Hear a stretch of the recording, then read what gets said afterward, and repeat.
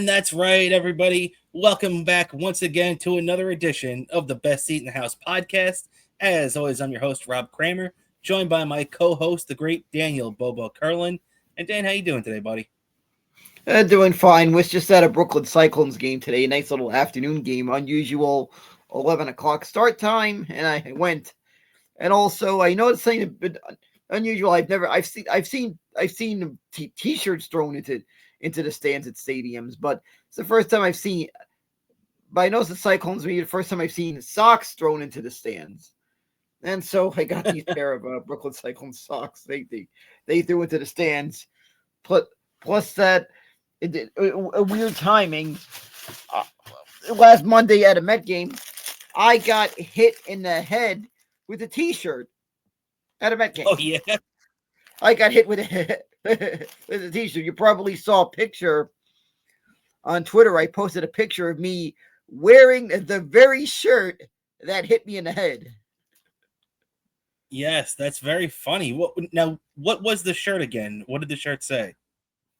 It had an image of Mr. Met. I see. Yeah, you could probably pull it up on my Twitter to tweet when I said something because I thought it'd be funny to tweet it out to the 7 line that the people who design those shirts that do the giveaway the shirts that they use for the T-shirt launch at Citi Field. I said, hey, one of your shirts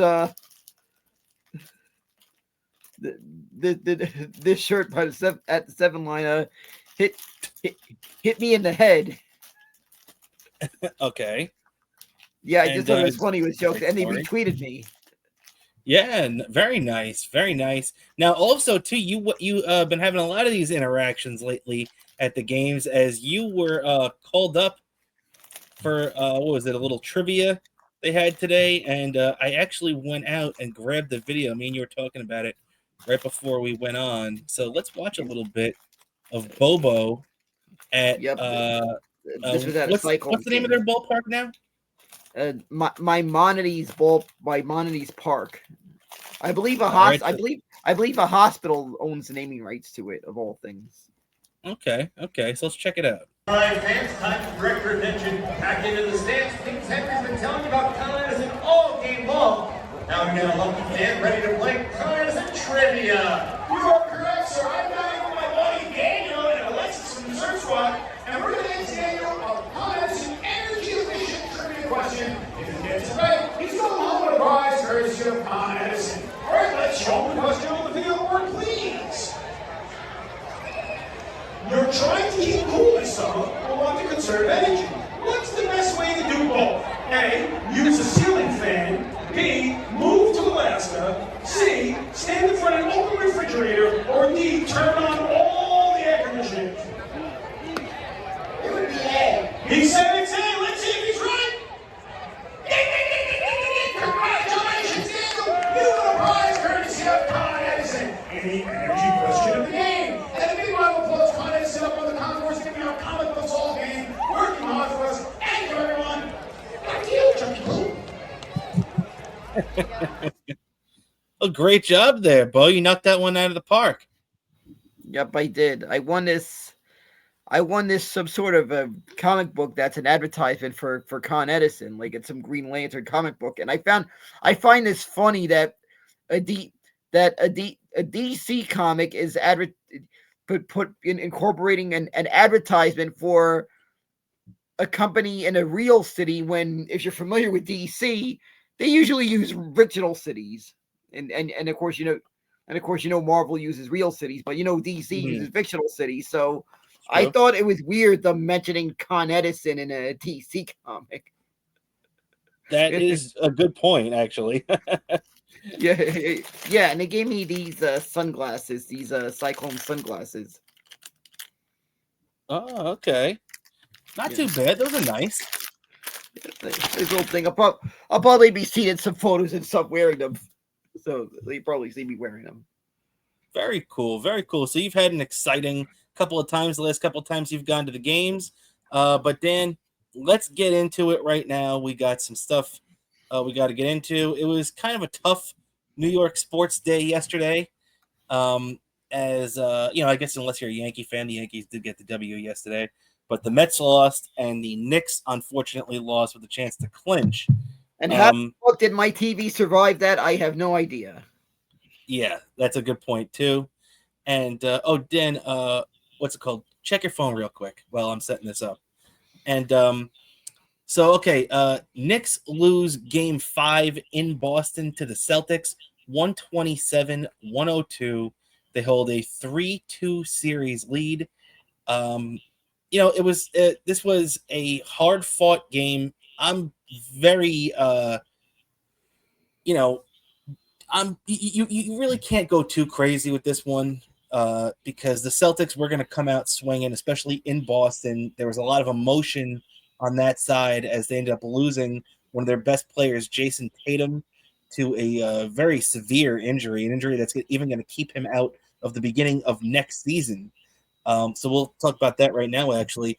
The Celtics lost their power forward, Jason Tatum, to a torn Achilles tendon in the final minutes of Game 4, a game in which the Knicks won at the Garden, 121-113 over the Boston Celtics, once again erasing a double-digit deficit. And unfortunately for the Celtics, Dan, they lose one of their best players, Jason Tatum, to that Achilles tendon injury for at least 8 to 9 months. Now, they say that it's, it could have been worse, is the way they've been saying. But, Dan, I mean, look, as much as we want the Knicks to win this series and as much as we don't like the Boston Celtics, you don't really want to win it this way. It is hopefully at least going to make it a little easier for the Knicks, but they are, in a better position. But, yeah, you don't want to see a guy like Tatum go down with an injury like that. Yeah, you don't. That is just I'm sorry. I do not want to see anyone get hurt like that. It's just tough looking at it, seeing that those injuries happen. I've seen it happen at sporting events when a player gets a really nasty injury like that. It just really hurts you. I mean, you're talking to someone who watched the 2001 Daytona 500 live when it happened. Yeah, so, that was the Dale Earnhardt accident.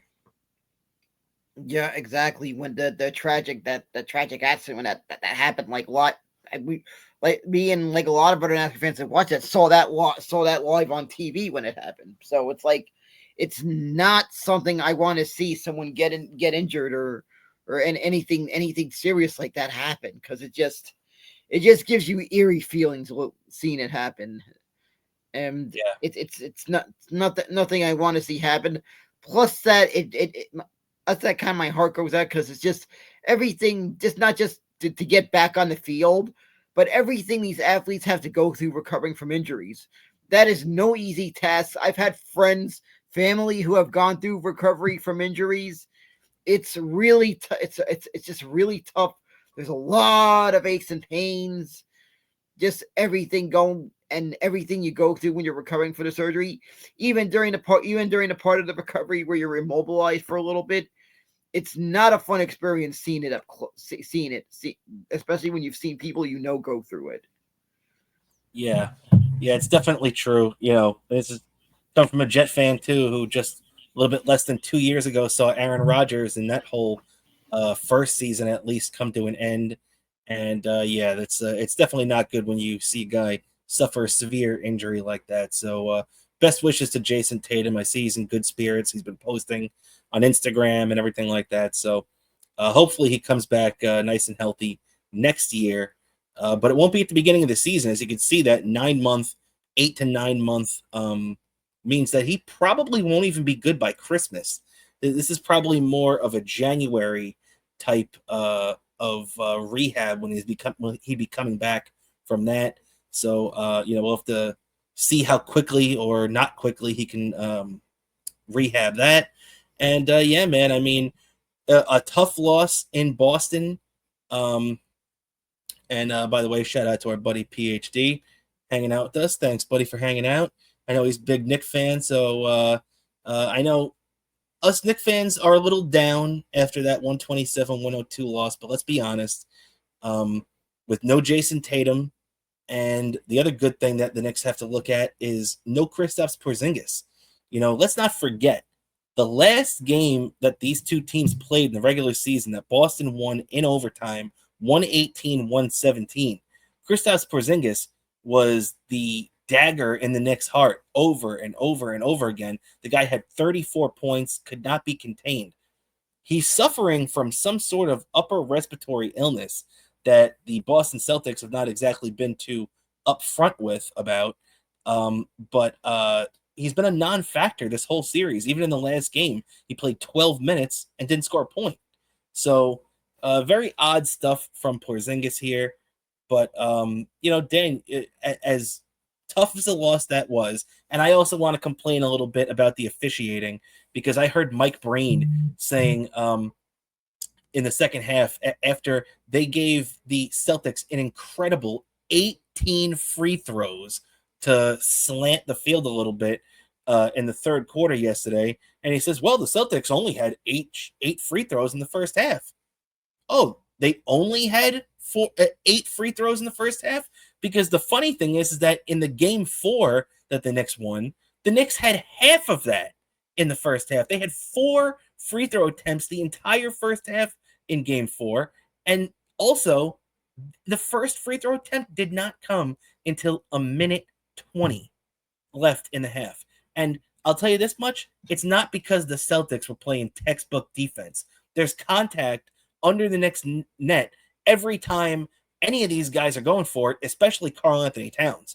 The Celtics are battering Karl Anthony Towns the same way that the Detroit Pistons did, and it's ridiculous that it's not getting called. Now, Knicks fans couldn't really be that upset about it being up 3-1, but when you see the nonsense that happened in game 4 and how it was totally, until the Knicks took it over late and there was nothing they could really do, they completely slanted it in the favor of the Celtics yesterday, and then the Knicks eventually just collapsed and ended up losing by 25. But what do you think about the officiating in this series, Dan? Because it's been really annoying me at times.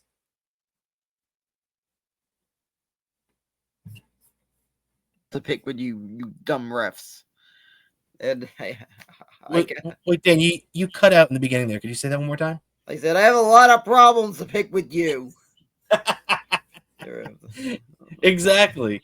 Like the old Frank Costanza line. Newcomers. The tradition of Festivus begins with the airing of grievances. I got a lot of problems with you people. Now you're going to hear about it. You.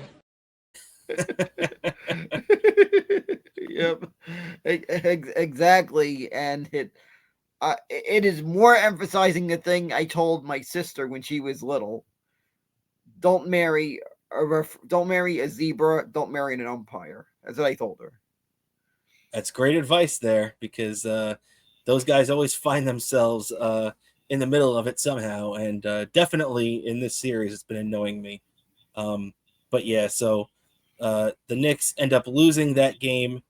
And but all that aside, I think what the Knicks really have to do going forward here is, and this is something we've seen time and time again in this series, that and even in the first round, that the Knicks really have to tighten up their transitional defense. Because how many times do we see them knock down a big shot or make a big play, and then they're celebrating their big play rather than getting back and playing defense? I was watching the game the other day with my brother-in-law, and he astutely pointed out, watch when this guy White knocks down a big shot. He was knocking him down left and right against the Knicks in game 5. But every single time they put the camera on him, he wasn't celebrating and had a smile on his face. He was back playing defense, locked in. This is what the Knicks have to do. Now, I understand that they've never really been, this is as far as the Knicks have gone in the last quarter of a century. The Knicks have not been to the Eastern Conference Finals since 2000. So I get, it's gonna take a little bit to get that winning, championship DNA to come back to the New York Knicks. But you see that in the Boston Celtics, and that's why it makes it even more important for the Knicks to go out there and win Game 6. You cannot let this get back to Boston. Sit out, strike first, strike hard, strike fast, No mercy. Exactly. Taking a line from Cobra Kai. No doubt about it, Dan. I'm with you. I'm with you, man. And also a couple of people in our chat want to give a shout out to Lee Slater hanging out with us. Thanks for hanging out. She's liking hanging out, loving some Bobo and Cramer. And there we go there. And apparently Cracker Barrel Kid saying that you are his father. Is this true, Dan? Nope, I'm not. Oh, okay. I had to just check. I wasn't sure. But believe me, I'm not. But all right. So yeah, man. So what I really think too, we talked about the defense too, but Karl Anthony Towns, he's been good in this series. He's been getting a lot of rebounds. Like I said, I think he's been getting beaten up a little bit and really hasn't been getting the benefit of any whistles from these referees. But I will say, Karl Anthony Towns, the way that we saw it so many times in the regular season where you would see this offense flowing is that Towns would just out of nowhere hit these big threes, and the Knicks would kind of have it set up in a way that puts him in the best position to hit those threes. So I think the Knicks really, really have to kind of tailor. I mean, obviously, look, Jalen Brunson's the guys that the offense is going to run through, but especially during times when Jalen's out of the game and he and Karl Anthony Towns aren't on the same floor anymore, you got to be setting it up for Karl Anthony Towns to be hitting some big shots. Yeah, exactly. They need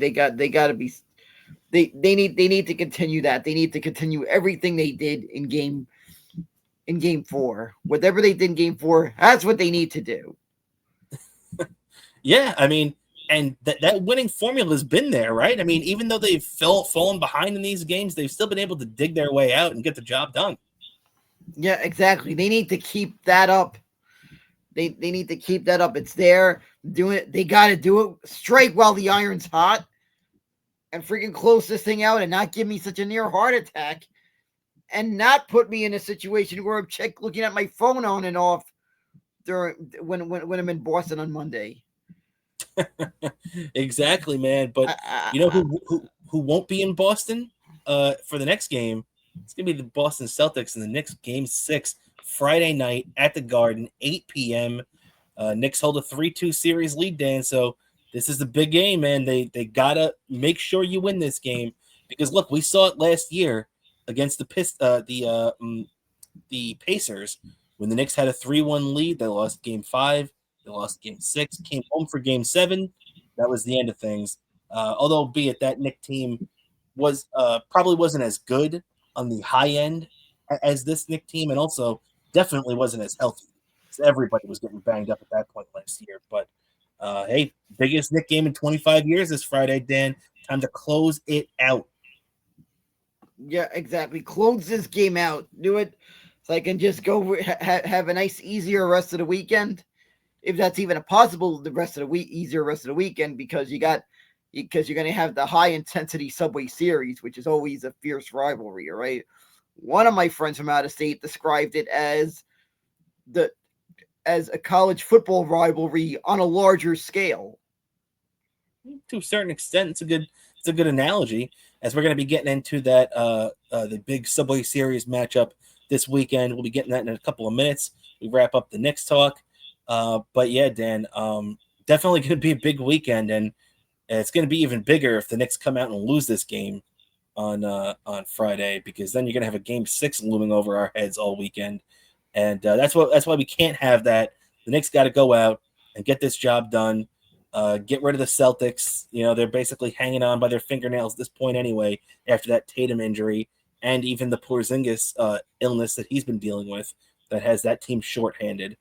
Last thing on the Knicks then too is that the Eastern Conference Finals, it's going to be if the Knicks win, it'll be Knicks Pacers in a rematch from that second round series last year we were just talking about that the Knicks ended up losing in 7. The Knicks will have home court again, just as they did last year in the second round. So it'll be very similar looking to what we saw last year. And no, there's no chance that it could be the number 1 seed Cavaliers anymore, as the Cavaliers have been eliminated in 5 games after a phenomenal regular season from them, where they won 60 plus games, and the number 1 seed in the East. So, what are your thoughts on this Pacers rematch? And is there any part of you that's a little nervous, even though all the pressure is going to be on the Knicks now as the favorite, most likely, in this series? I don't care if the Knicks are a heavy favorite if they get the next round. I don't want to think of the next round right now because I just want to think of game 6. All right, I don't want to jump too far ahead, but if we're gonna go that route, jump ahead, I'm just gonna say I would be. I don't care if the Knicks are the heavy favorite. I'm just nervous just because it is the Knicks and all the history we've gone through. Just because of that. That's because it's the Knicks. Just because of the colors. Because I feel like teams with orange and blue do this to me all the time. Yeah, those orange and blue teams you can never trust. Yeah, I feel like the Mets do this to me and the Knicks do this to me. No doubt about it, Dan. So we're gonna have a potential big rematch next round, but the main thing, Game 6 tomorrow night, Friday night, 8 p.m. Madison Square Garden, trying to avoid Game 7 and shut the Celtics down. The Knicks have the chance to eliminate the defending NBA champions. So definitely a lot on our plate for tomorrow. And that's not it, because tomorrow it's going to get even crazier as we got the Subway Series, as Dan mentioned too. Before we get into all that Subway Series talk, you have something you want to add to that, Dan? First, before we get further into talking the previous series, I do want to say there's gonna be an unusual thing during the Subway Series. You could see Met fans and Yankee fans hugging in the middle of the game. Yeah, I mean, if the Knicks win, and it's definitely a possibility, no doubt about it. It would, makes for what's that saying? These alliances tend to make strange bedfellows, and that could be it. Yeah, because you got pretty much. I feel like even though the crowd during the baseball game is going to be divided, I feel like almost a majority of the crowd are going to be Knicks fans. Yeah, they probably should be. And most basketball fans in New York are Knicks fans. It's probably like 4% of people are Net fans.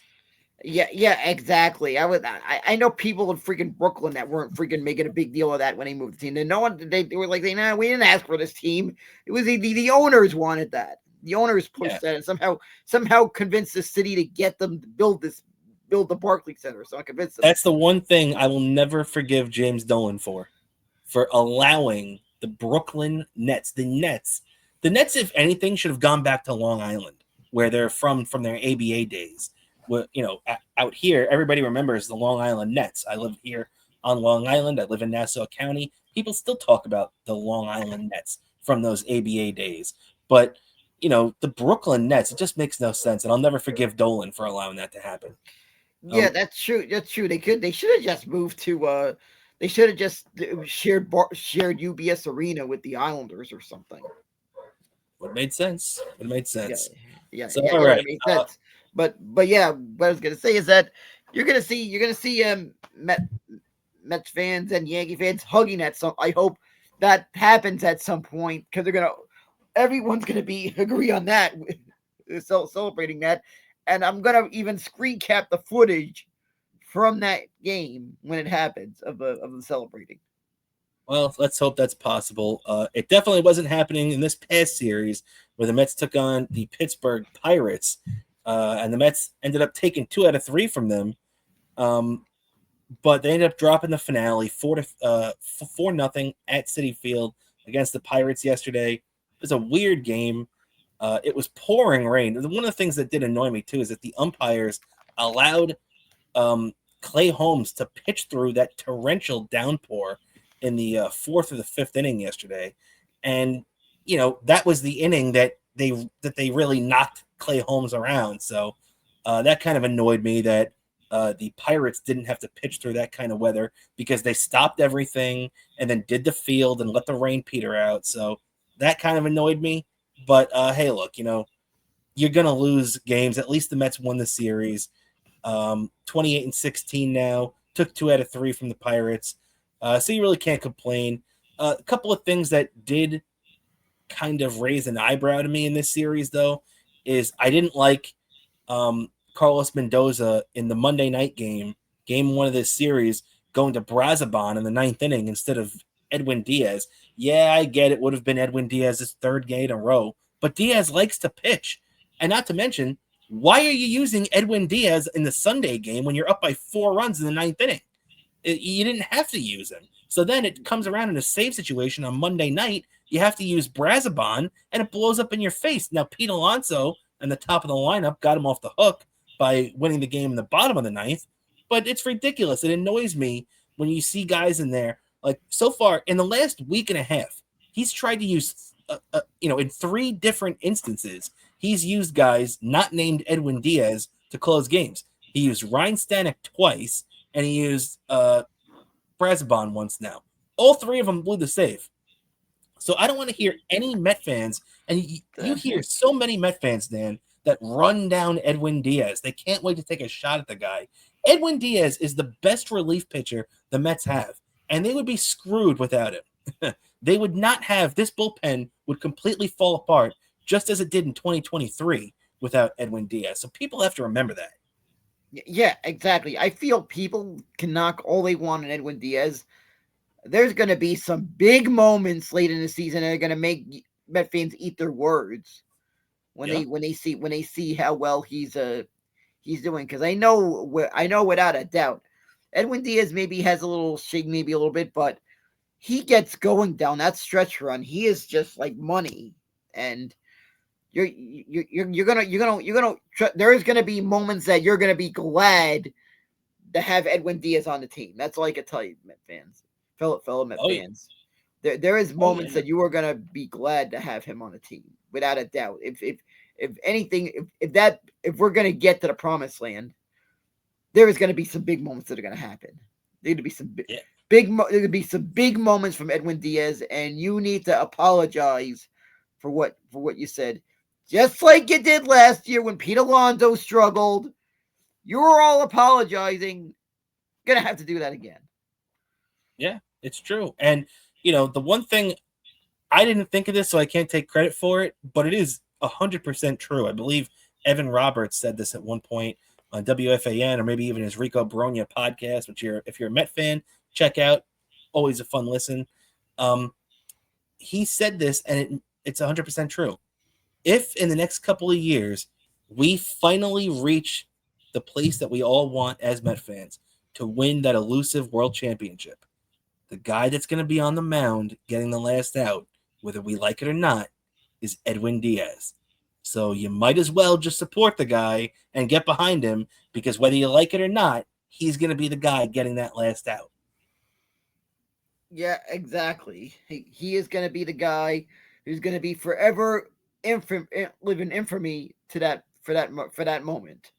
Yeah, just like even our theme song. We see John Wetland getting the final out of the 96 World Series. We see, Jesse Orosco getting the final out of the 86 World Series. That, in this situation, would be Edwin Diaz. Yeah, exactly. I hope at the end of this year, we have to update some of the clips we use in our intro. Let's put it this way. Let's hope. You're right about that, my friend. I also want to get your opinion, Dan, on, and this is part of the thing. I think Carlos Mendoza is a very good manager. I like him a lot. But I think he's been trying to get too cute lately. And you see yesterday, oh, gee, what a shock. The Mets get shut out. And, it looks like a complete shell of the offense. And who wasn't in the lineup yesterday? For the first time as a New York Met, Juan Soto.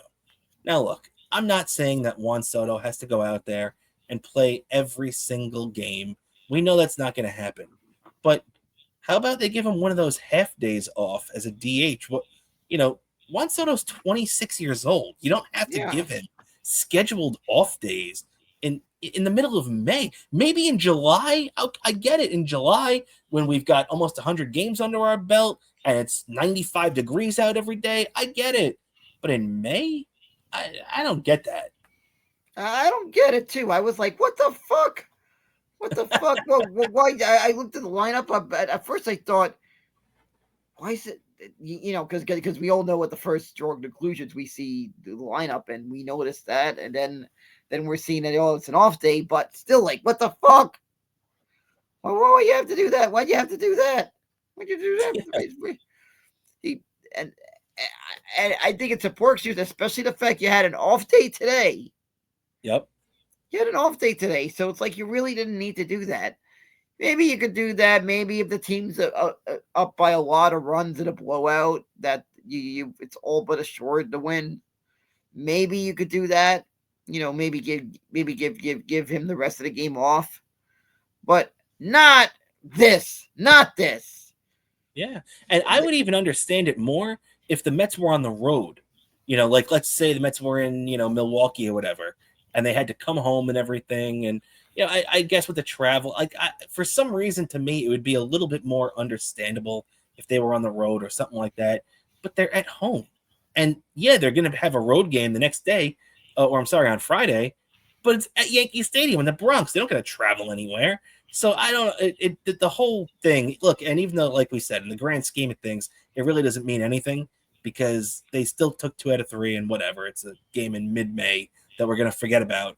But – it is annoying when you could have gone for the sweep and Juan Soto's not in the lineup, Yeah, exactly. I just feel they need to go for every win as possible, not take this for granted, especially with this team that you got 2 teams playing on that same pace for that same, for that number of wins, I feel like, in this division.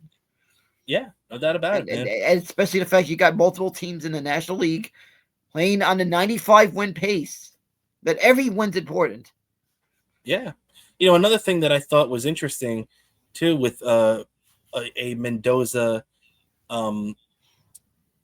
lineup decision is that it looked like we had not seen Acuna in center field until last night, and he didn't start there. He ended up getting switched there later on. So that was his major league debut in center field. He played about 30 games in center field last year, and in the minor leagues, and he also played some center field in spring training earlier this year. It was just very odd to me that you start Azekar out there in right field in place of Soto when you could have just done the same thing, the same defensive alignment, but just stuck Acuna in center field because I would rather have Acuna in the lineup than Azekar anyway. You know what I mean? Yeah, exactly. I'd rather have Acuna. Right? He's freaking having a hot bat right now. He's getting base hits. He's finally starting to come around to what we hope for. Yeah, exactly. And I feel like he has the potential to be probably one of the best leadoff type hitters we've had in a while. We haven't had a guy like this in a while that could steal bases like this.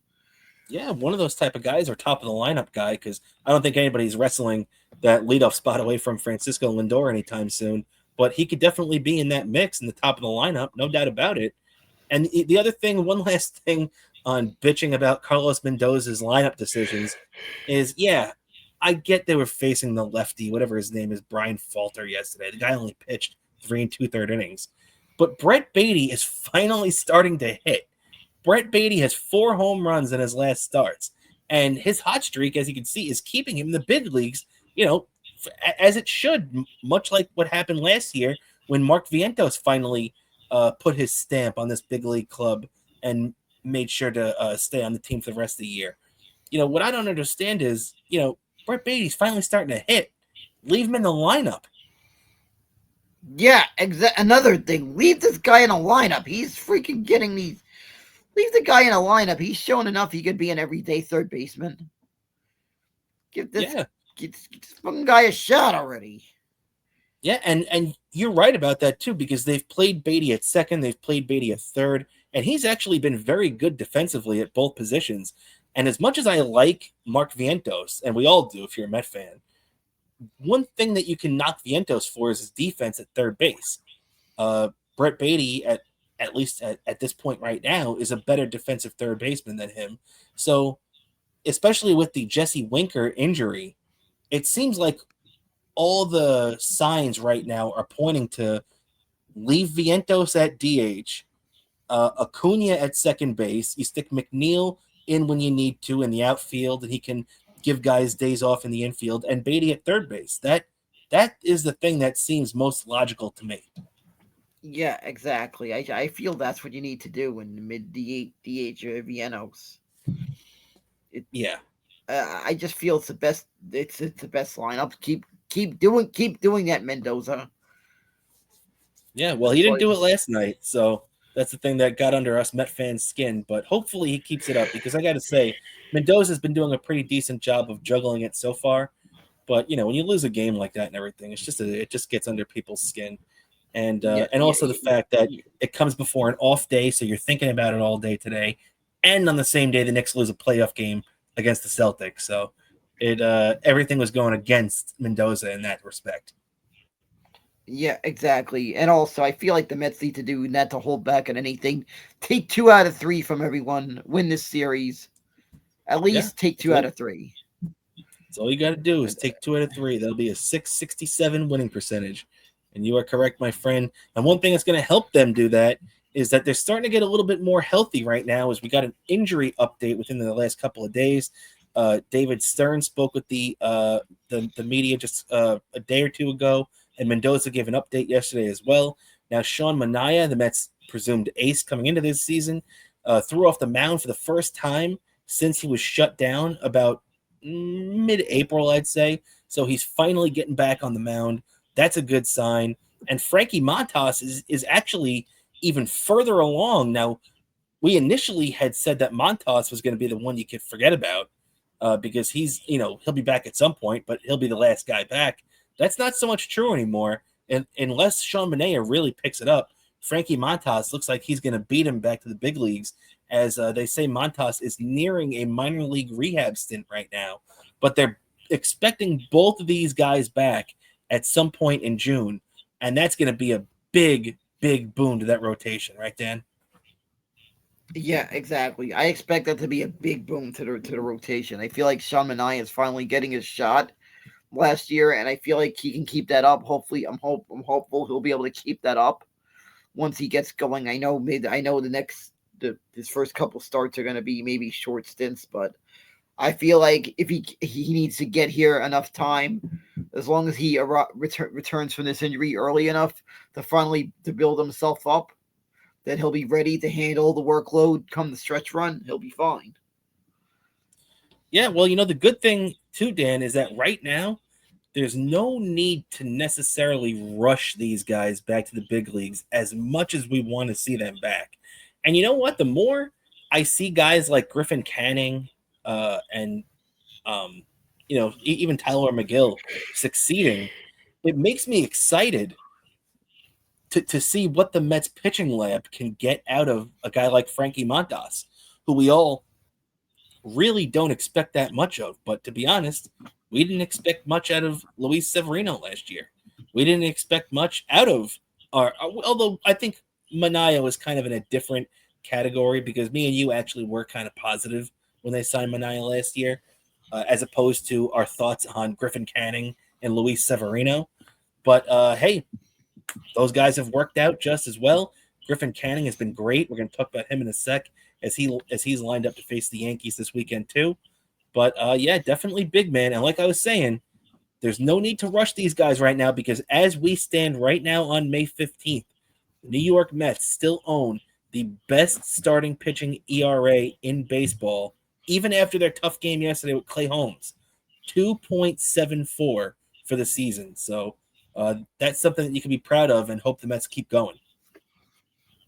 Yeah, exactly. Keep that up. Keep going, and I expect big things from this Mets pitching rotation, and I know it's gonna wait weird, but David Stearns really needs to he can't be complacent with the pitching that we got now because I feel like the way it's shaping up is that's gonna be a big thing that's gonna be the denominator on the outcome of the season. I feel like is pitching.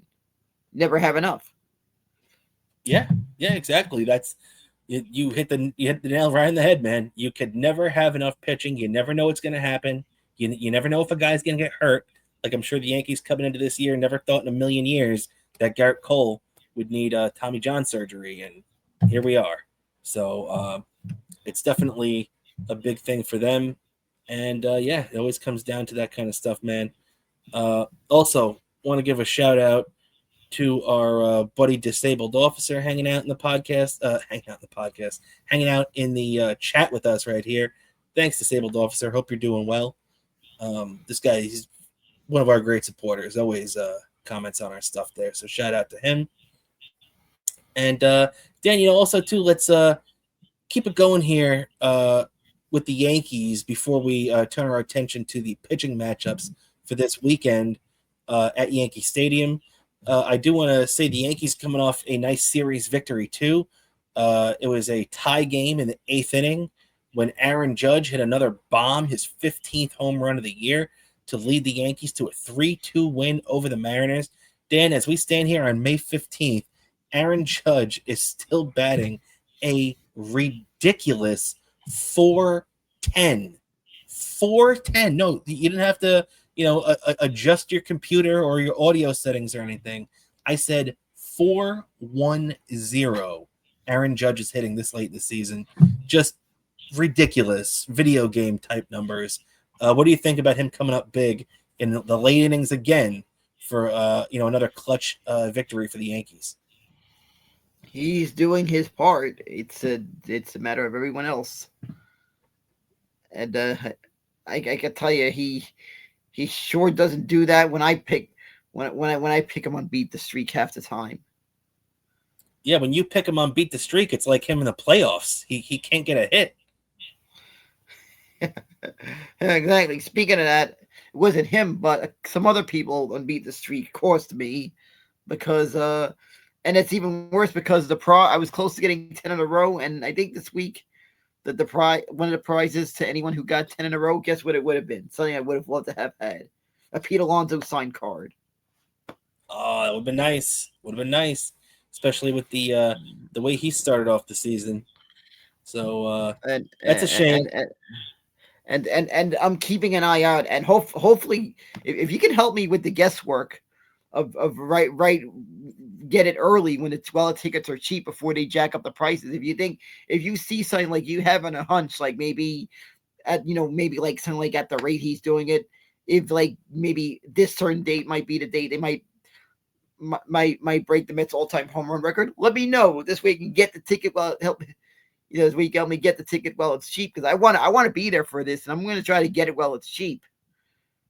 Very true, man. Because I'm slowly trying to stock up on some tickets, trying to do the guesswork to figure out the right, to try to figure out this way I increase my chances of getting to be there when it happens, assuming it happens at home. That is.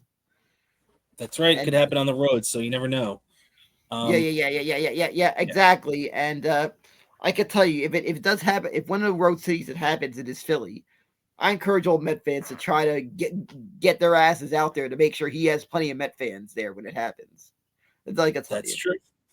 That's very true, Dan. So just back to the Yankees now. Aaron Judge with that big, and it really was a series victory. A series winning victory for the Yankees, and a series winning home run for Aaron Judge as they split the first two with the Mariners. Won that game there yesterday. Mariners are a good team, as you can see, 23-19.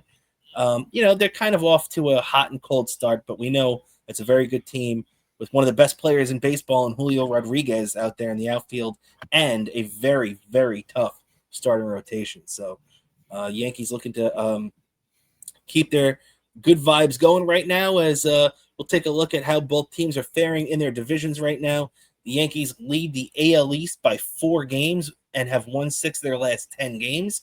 The Yankees in pretty good position. They're 25-18. Obviously, the National League East is a little bit better than the American League East right now, but Yankees still in first place by a comfortable margin, and the Mets are right there too. Mets leading the NL East by 2.5 games over the Phillies, also having won 6 of their last 10 games. So both teams playing good ball, man. I mean, even Carlos Mendoza said it last night when the media was trying to get his thoughts on this series going into it right now. Two very good teams playing good ball. These are two teams. Obviously, the Mets went to the NLCS last year. Yankees went to the World Series. So these two teams know how to win. And it's going to be a really fun weekend, man. Mets went 4-0 against the Yankees last year. And I was never a big fan of those 4-game midweek Subway Series matchups. Yeah, exactly. We're back to the way it should be, Dan. 3 at Yankee Stadium now, and then 3 in July at Citi Field, right? Yeah, exactly. That's the way they need to do it from now on. Because I feel like that just works better. It just works better for the fans, I feel like. I feel like they sell more tickets that way.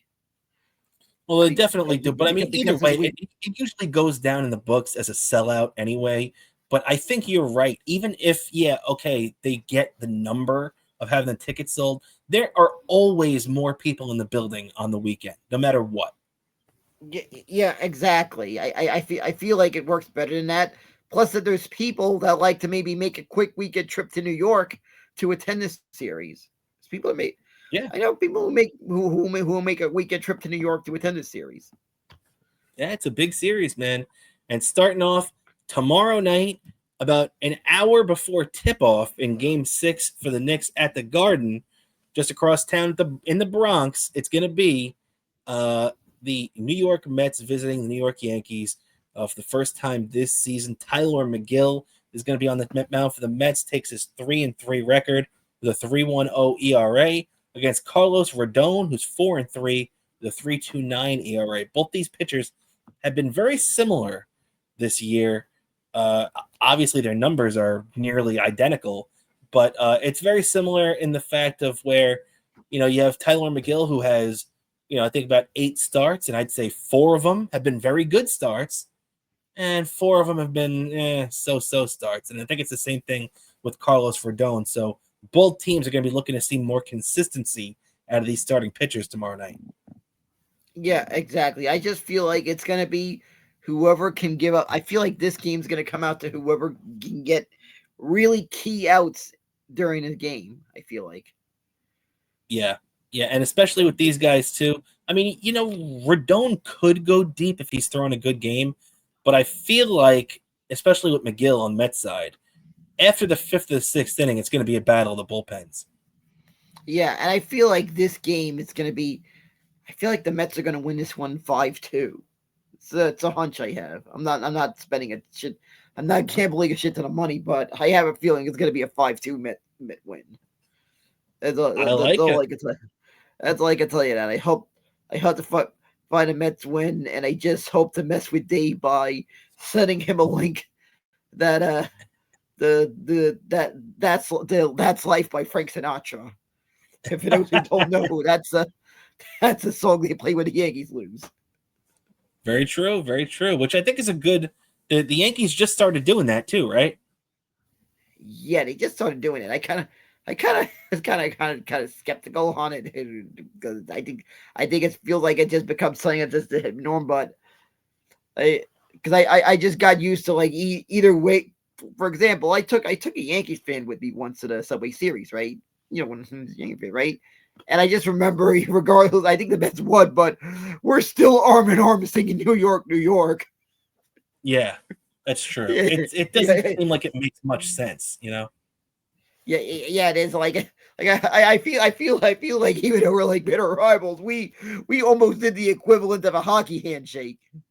Yeah. It's like the Mets playing like back in the New York groove after they lose. Like that just didn't make any sense, Like I remember back in the day at Shea Stadium, they used to play the Jurassic Park theme after losses. Yeah, I always thought that was weird they did that, but I don't know why I remember that. You know what, Dan? The way I always said about it, and it was kind of tongue in cheek, but the way that I always mentioned it to people was that the Jurassic Park song is that it always started off. If you remember the song, it starts off really sad and slow and everything, and you're in your feelings about a tough loss the Mets suffered that day. But by the time the song's starting to wrap up, it's getting built up and it's speeding up and everything. And it's like there's hope for tomorrow. You know what I mean? That's what I always kind of felt like. That's what that's why the Mets used it, Yeah, exactly. I was always trying to figure that one out for a year back in 03. I don't know why that's a deep one. You remember that? You also remember that? That's true. That's two guys that have spent a lot of time at Shea Stadium back in the day. Yeah, exactly. We spent enough time that people think my home address is 41 Seaver Way. Let's put it this way. Which, by the way, thank God that the Mets made that change too, and Tom Seaver is recognized on there, on their official address. Yeah, exactly. I love that they did that. I'm shocked. This book, and I'll show you this. This is a book I bought. I bought recently. You know, the little thing with the baseball, the stamp, the ballpark book. Yeah, and it like lists the address of there's like a little page that lists the address of the ballparks, and they've updated this. Like they have the updated page. You know that like the A's playing their, even though it's a temporary home in Sacramento. They I guess they figured it was going to be a 1 year thing, so they needed to update the Tampa thing. But let me see where let me see like it lists the address. It lists the old address here. You see this? Yes. Let's see if we can. Let's see. There we go. Yep, the old. Now, what is that official? What is that? Roosevelt Avenue? Was that the old official thing, right?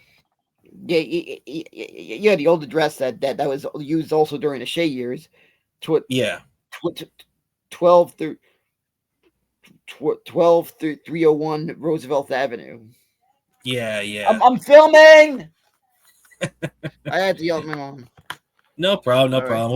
We're just about wrapping up anyway. So let's get to what are you gonna say, Dan? But yeah, if you're wondering what this is like a little thing, like you know how like you see things with like a passport or like a map, you can check off the ballparks you've been to. All the old ballparks have a stamp. They actually have a stamp. And I of course I had them arranged for them to get me the backtrack stamps for the ballparks they've been to, but I decided to do the City Field one in person. You see that? You see each little stamp there? You see like for each ballpark we the really page that's can't City see. Field. But you can do you see it? What the stamp looks like? Not really.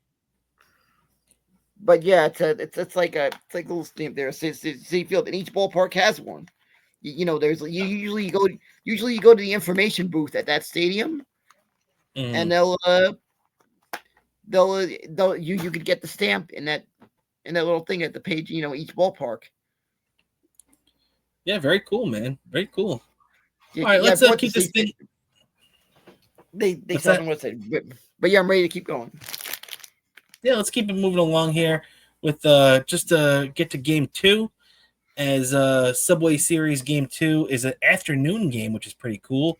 Griffin Canning, the guy that me and you've been talking about, man, this guy has been phenomenal this year.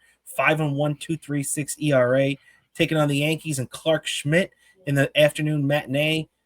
Clark Schmidt 1-1, 4.73 ERA. Only a couple of starts under his belt so far, as he came off the IL at the end of April when he rejoined the Yankees rotation. So that's a pretty good matchup, Dan. Two young pitchers. Griffin Canning starting to come into his own, and Clark Schmidt still trying to, get his sea legs underneath him for this season. Yeah, exactly. And hopefully they keep the Mets keep this up and get the win. I feel like game 2 is going to be a low scoring game. And it's a I'll be watching. Yeah, no doubt and about probably, it. And probably a price go down a little bit. I'll try to snag myself a little ticket. Exactly. That'd be nice. Interesting comment just came in too. As first off, I want to throw this up there. This isn't the one I was talking about, but all right, there you go. Hopefully, you got a fan out there, buddy. And but this is the one I was talking about. Spider-Man. Can't believe we got a celebrity Spider-Man in the chat right here. Who do you guys think is the worst pro player of all time? That's a very interesting question because there's a lot of different ways you could go with that. Let's still obviously baseball. I think he's talking about. what would you think, Dan? I mean, that's a loaded question. I don't know. I don't really have any clue who I think is the worst of all time. What I do know is I'm gonna say a name of player who's caused me so many nearly destroying TVs. A guy I used to call Armando Blow Save Benitez. It's funny, Dan, that you went for a Met closer because the first thing that popped in my head too was a Met closer, but not Armando. I don't mind Armando as much as a lot of Met fans. I didn't like John Franco. So I would say John Franco. But I guess also another Met we could throw out there is Anthony Young, who lost 27 consecutive games. So you could probably throw him out there too, right? Yeah, he was young. I was at the game. I forgot. Was that a home game? That game that he broke the streak. I think it was at that game. I think it was. I believe it was at Shea Stadium against the Marlins. I want to say. I was at that game.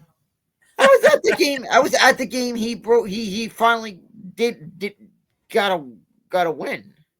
Yeah, in case you're not familiar, in the early 90s, the Mets had this left-handed pitcher named Anthony Young who lost 27 consecutive decisions, which was a major league record. So you could really make the argument that he might be one of the worst of all time. And it's very interesting, Dan, that you were at the game where he ended that streak and finally got a victory. Yeah, exactly. I remember that game. I remember being at a game where something was like that, hearing something like that hearing something like that was going to happen, and yeah, very funny. whatever my Walkman or something when I was a kid or something like that, hearing Bob Murphy say something like that, and yeah, that I was at that game. What the? So funny. I was at Shea Stadium that year of all things. So I got to see him when he finally snapped that losing streak. Exactly. How wild is that? So just shout out to Spider-Man. Exactly. Yeah, and then the other thing I realized, because I remember a lot of times at the games I had the radio feed on my Walkman. How many games I've gone to that Gary Cohen did a double out of here? True. Because I just realized that I'm just talking. Yeah. So someone's just posting a link to this past Mets clip, right? It was like Todd Pratt's birthday, and they showed that clip, that walk-off home run NLDS game 4, 1999, and yep, when he got that home run. And then my sister just reminded me, she says, hey, how many games you been to that Gary Cohen's done the double out of here? You just have a knack for being at games that Gary Cohen's done a double out of here. Very cool. Very cool, man. So shout out to Spider-Man for a very good question there and bringing us down that rabbit hole. And all right, Dan, let's wrap up here with the Mets. Last thing on the Mets and Yankees Subway Series Game 3. That's the ESPN game, Sunday night baseball, the national game. It's obviously ESPN Sunday night.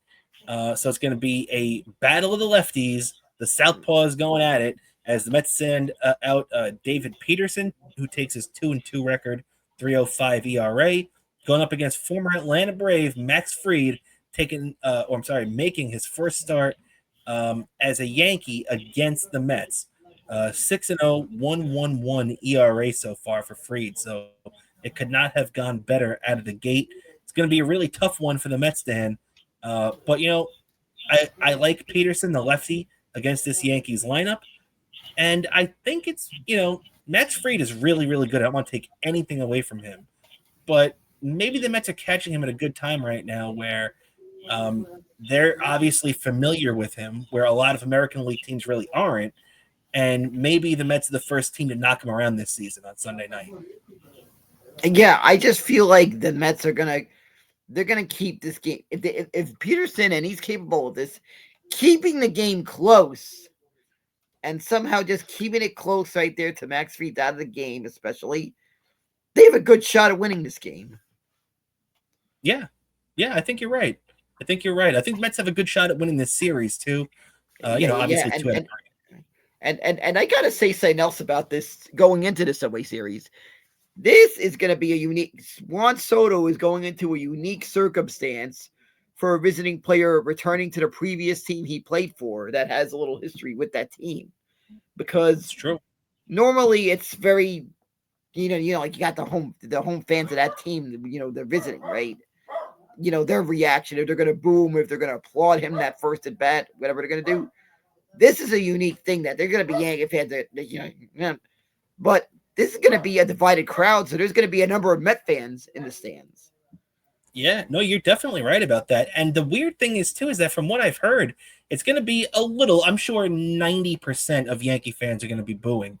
But I've also heard some Yankee fans express the fact that, they don't hate Juan Soto and they don't necessarily want to boo him. They almost want to thank him for helping them get to their first World Series since 2009 last year. It was a 15-year layoff for the Yankees out of that World Series until the Yankees appeared in the World Series last year. The last New York team to do so was the Mets in 2015 against the Kansas City Royals. So it had been a long time for New York in general, but it had been even longer for the New York Yankees, which, obviously two guys that grew up during the dynasty era of the 90s. You're not used to really seeing that for the Yankees. But, yeah, man, I think it's going to be a great matchup. And I think that, some Yankee fans are going to appreciate Juan Soto tomorrow, and some Yankee fans are going to boo him out of the house. But I don't think it's going to be, because like you said, too, with the Met fans in the stadium, too, I don't think the boos are going to be overwhelming, but he will get booed. Yeah, exactly. But it's not going to be overwhelming because you got a unique circumstance that you're going to have a lot of fans of the visiting team here at the stadium. So you're gonna have that, and it's gonna be one of two unique things that could happen, especially on Friday. That and the fact that Met fans and Yankee fans hugging potentially, if they get an alert, if they get news on their phones that X won and are advancing to the Eastern Conference Finals, you're going to see Met fans and Yankee fans hugging. I expect that. I would be doing the same thing. If there's like a Yankee fan sitting right next to me that's also a Knicks fan, and we're both getting the news that the Knicks won, we're hugging. That's all I can say. That's right. Let's hope that New York is the city of brotherly love on Friday night when the New York Knicks take out the Boston Celtics. Yeah, at least when that moment happens, because although the more I'm thinking about it too, Dan, actually, the game probably isn't going to be over by the time the Met game and Yankee game's over, because it's starting an hour later, and with the pitch clock now, the game will probably be over sometime around 9:30, 10 o'clock. The Knicks game's probably going to be going till at least 10:30 or later. Actually, before I go, I want to describe a unique situation. This is going to be similar to this. I feel like there's going to be something similar. I attended a Subway Series game it was the Friday of that Subway Series in 2015. I was sitting in the bleachers, right after the game, because the rest of the Rangers game, the first round, game 5 against Pittsburgh, 2015. I went to the bar. It was a bar near the Yankee Stadium, Billy's, right? There were Met fans and Yankee fans, but there was everybody there clearly had rooting interest for the Rangers. We're rooting for the Rangers, right? We're watching that game. We caught like the end of that third quarter and the overtime when Derek Stephon. Remember when Derek Stephon scored that goal? You remember the game I'm talking about, right? Yep. That was a unique circumstance. There was Met fans and Yankee fans hugging after that, seeing that when Stephon scored that goal. I saw that in that bar. It's called. I forgot if that bar is still there. I know it was called Billy's. It's a lot of Yankee. I'm sure some of you Yankee fans watching know that bar. It's near. It's one of the bars near the stadium. But I saw that Yankee Stadium. Yeah, that bar is still there. Yeah, Billy's. That's where I saw the end of that game. Because of the way it timed out, I was able to catch the end of the game at that bar. After man. Seeing Derek Stephon hard goal, and you see Met fans and some people wearing Yankee stuff singing along to that Rangers goal horn song. That's all I can tell you. That's right, man. And let's hope that something like that's happening on Friday at Yankee Stadium, one way or the other. But either way, it's going to be a great weekend of New York sports. kicked off with the Subway Series and Knicks and Celtics tomorrow night. And with that, Dan, Also, I Yeah. do gotta say I am gonna be in Boston on Monday. The Mets are gonna be in Boston. I'm sitting with the 7-line army. A little round trip bus trip that's leaving from Flushing. Doing a little round trip bus trip. If you do see me, any Met fans anyone who watches this show, and anyone, and even some people who just love watching this because they know me from the O&A years, say hi to me. I'll be because the bus arrives. It's gonna arrive near Fenway near a couple of hours before the gates open. Say hi to me before the game. Feel free to talk to me. Say hi. I'm always welcome to greet the fans. You're gonna have footage from that. You're gonna have footage from that trip. So definitely look forward to that. That's right. Give a shout out to the great Daniel Bobo Curlin. And with that, Dan, I think that's just about going to do it for us on this big edition of Best Seat in the House podcast as we're previewing a great weekend in New York sports. And Dan, before we get out of here, do you have anything like to plug for yourself? Sure, my Twitter, Bobo103NYC, Instagram, Bobo718, Bobo718DK, same username on Threads, YouTube, one word, Daniel Curlin, for all your Bobo content. And of course, subscribe to our Patreon. You get 2 weeks early access to my YouTube videos. You also get Trackside Minute, me wrapping up all the action that happened in the race. I had to do a lot of stuff, so I didn't get a chance to get around to Trackside Minute, but I'm probably gonna film it after this and send. And your Patreon subscribers will have Trackside Minute, but you also get 2 weeks early access to my YouTube to my YouTube content. So you gotta love that early access. Plus that it's only $5 a month. Support our show and keep watching and also get the word out that these shows are live now. So you get to interact. Fans get to interact with us. Can't beat that as a deal. That's right. And you could send messages like this if you'd like. or not. So I want to thank everybody once again for hanging out with us. Yeah, what are you going to say, Dan? That one's a little weirded me out. Well, who knows what that is, but that's a fan. That's a fan, one way or another. You can't pick your friends, Dan, but you can't pick your fans either. So just know that. Oh, I'm sorry, I fucked that up. You can pick your friends, but you can't pick your fans. So there we go. So, all right, that's going to do it for us, everybody, here in this edition of Best Seat in the House podcast.